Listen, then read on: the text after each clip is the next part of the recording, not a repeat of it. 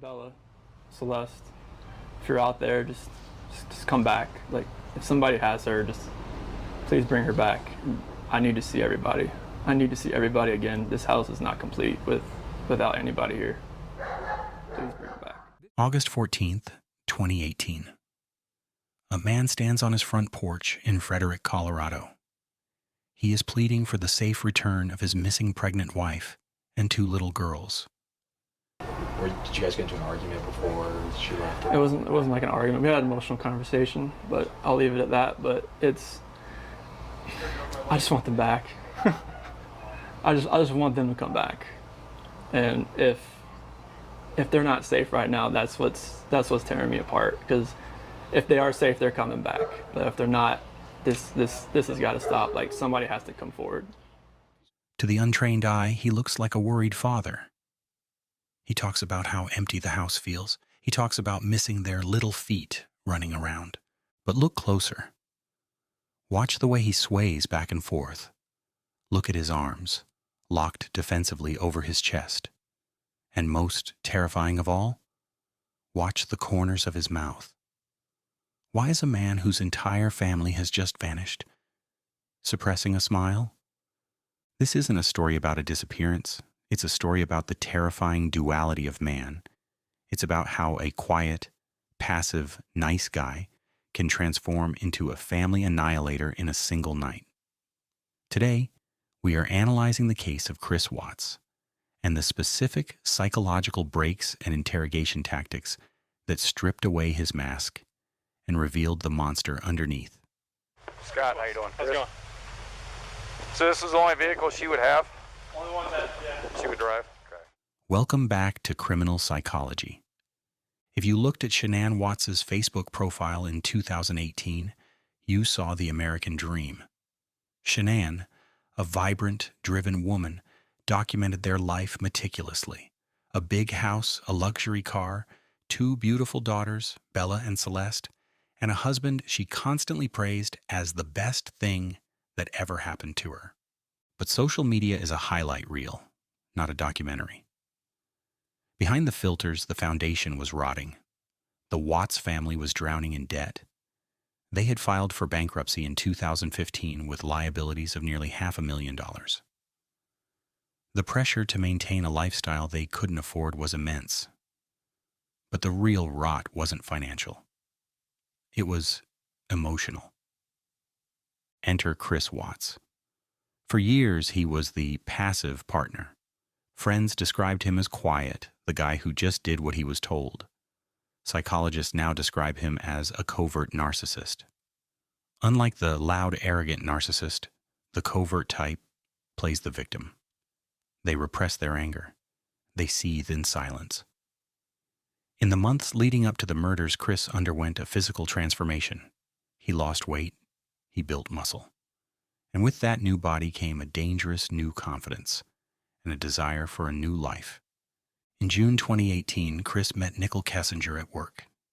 She was everything his home life wasn't: free, unburdened by children, and focused entirely on him. For a narcissist, this is the ultimate drug. It's called narcissistic supply. He began to view his family not as people he loved, but as obstacles to this new fantasy life. While Shanann and the kids spent the summer in North Carolina, Chris stayed behind. Shanann is begging for connection. She writes, "I miss holding you. You can't fall out of love in 5 weeks." Chris's response is cold, robot-like. He wouldn't even say, "I love you" back. He was in the discard phase. He wasn't just falling out of love. He was erasing them from his mind. He was mentally rehearsing the annihilation. He didn't want a divorce. A divorce meant alimony, child support, and baggage. He wanted a hard reset. He wanted to be a bachelor again. For months, the world thought Chris snapped in a fit of rage. But in February 2019, sitting in a prison cell, he finally told the truth. And the truth is worse than you can imagine. It's the early morning of August 13th. Shanann returns from a business trip. Chris wakes her up. He tells her he doesn't love her. He strangles her in their bed. He watches the life leave the eyes of his pregnant wife. But the horror was just beginning. His 4-year-old daughter, Bella, walked into the room. She saw her mother's body. She asked, "What's wrong with Mommy?"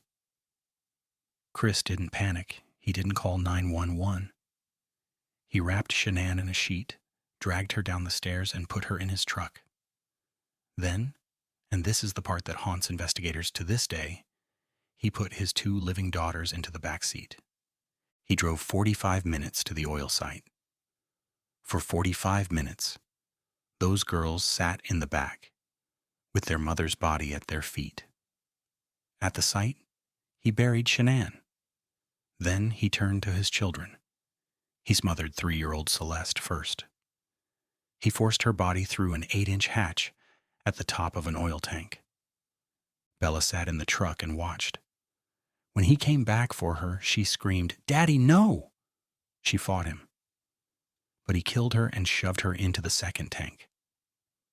This wasn't a rage. This was a calculated, cold-blooded disposal of human beings he viewed as items to be discarded. While Chris Watts was busy deleting texts and practicing his lies for the media, he forgot one crucial detail. We live in the age of the digital panopticon. Someone is always watching. In this case, it was his next-door neighbor, Nate Trinastic.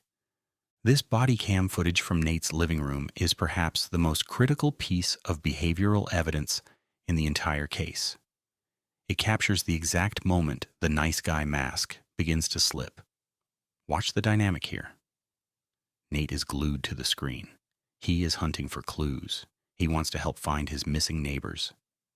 Chris Watts? He is doing everything except looking at that screen. Look at his body language. He is swaying back and forth, shifting his weight. He puts his hands on his head. In law enforcement, we call this a pacifying behavior. His body is flooded with adrenaline. He is in fight-or-flight mode, but he can't run, so he rocks.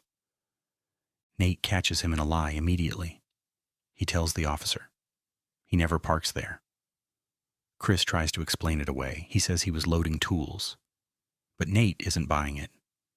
He uses simple logic to dismantle the lie.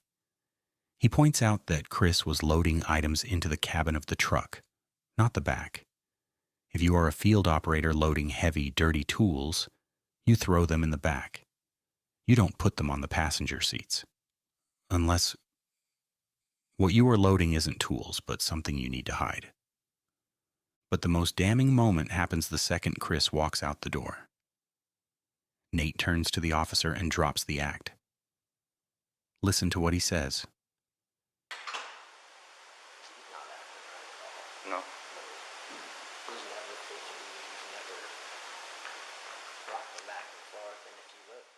Nate identified a baseline deviation.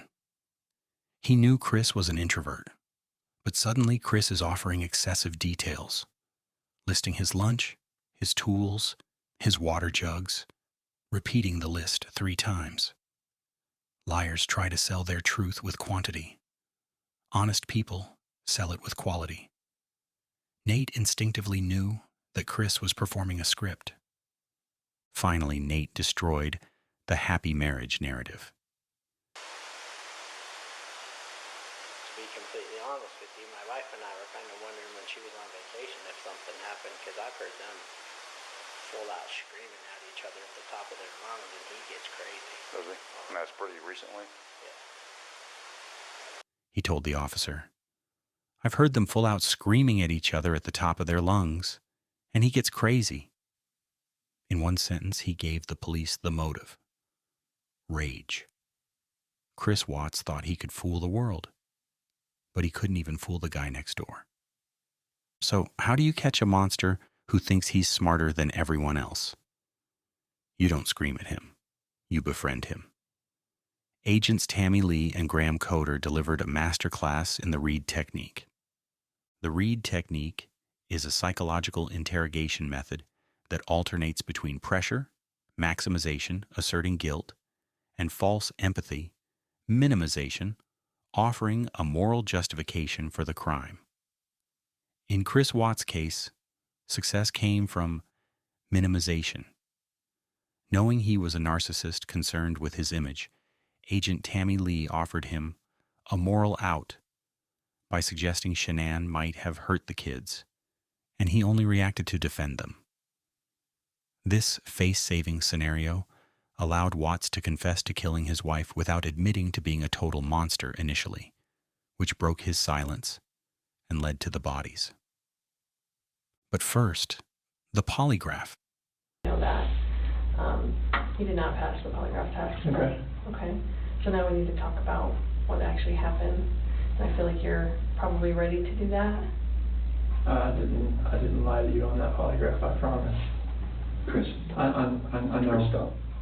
It's time. Just stop for a minute. Take a deep breath. I want you to take a deep breath right now. Chris failed spectacularly with a score of -18. A normal, truthful person scores a +4.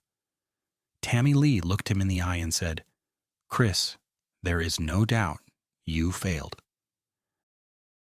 Then they gave him an out.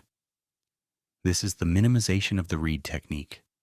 They knew he was a narcissist who needed to protect his image, so they offered him a story that made him look like less of a monster. Tammy Lee suggested, "Did Shanann do something to the kids? Did you hurt her to stop her?" Watch his reaction.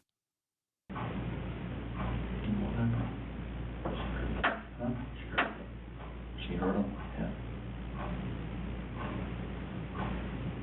And well, no, not her. You hurt her. He grabs that lifeline. He lies and says Shanann killed the girls, and he killed her in retaliation. It was a lie. Autopsies proved Shanann didn't hurt anyone, but it was the confession the police needed to find the bodies. He thought he was manipulating them. In reality, he was walking right into their trap. Chris Watts pleaded guilty to avoid the death penalty. He sits in a maximum security prison in Wisconsin today. In letters sent from prison, he later wrote about a dark shadow that he felt was controlling him. He talks about how he tried to kill the girls before they left the house, but they woke up. He is a man who tries to spiritualize his evil because he cannot face the reality. There was no shadow. There was no demon. There was just a man who wanted a different life and decided his family was the price of admission. Now, I have a question for you. If you were standing in that living room, watching your neighbor sweat and stutter, would you have spotted the lies? Or would you have believed the act? Let me know in the comment section below. If you want to see more deep dives into criminal psychology and interrogation breakdowns, make sure to subscribe and hit the bell. This is Criminal Psychology. Stay safe and always verify the truth.